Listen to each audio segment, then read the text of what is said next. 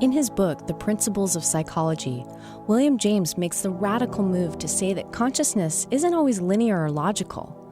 On a daily basis, we are all immersed in what he calls the stream of thought.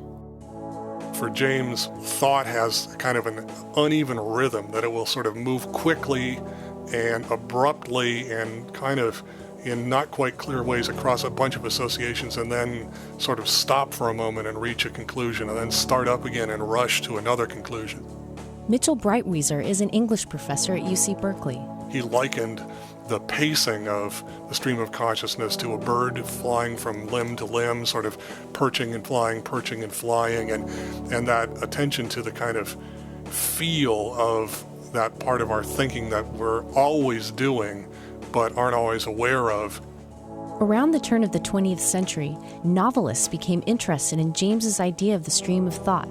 Stephen Arkin is an English professor at San Francisco State University. These shifts towards a sense of the crucial nature of interiority, the layered sense of what it meant to have consciousness, invited writers to think about what they might do in addressing how to present this on the page.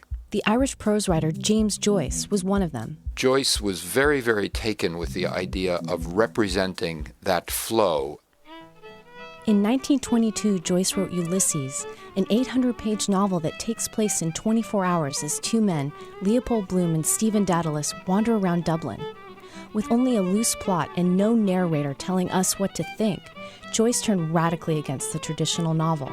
He was convinced that portraying consciousness involved working with a flow or a stream, a sense that there is an interior monologue going on that's very associative, that involves picking up notions that may wander so far afield that it's hard really to know how these things are related, other than as the preoccupation of someone getting through a day.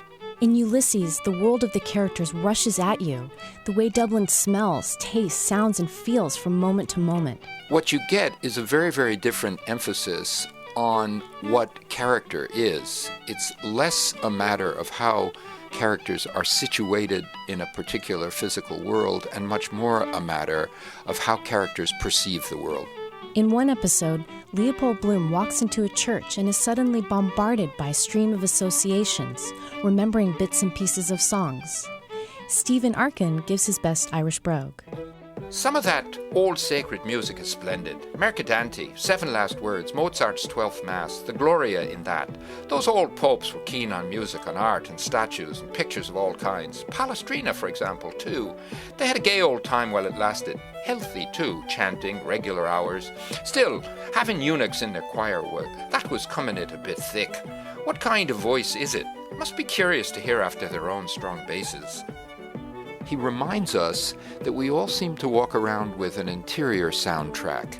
Again, Mitchell Breitwieser from Berkeley. One of the things that gets left behind is the idea that we necessarily think in sentences or even in words. For both Breitwieser and Arkin, this cuts to the heart of philosopher William James's discovery. There is, for William James, a kind of musicality in terms of motifs come and go and get reprised and so on.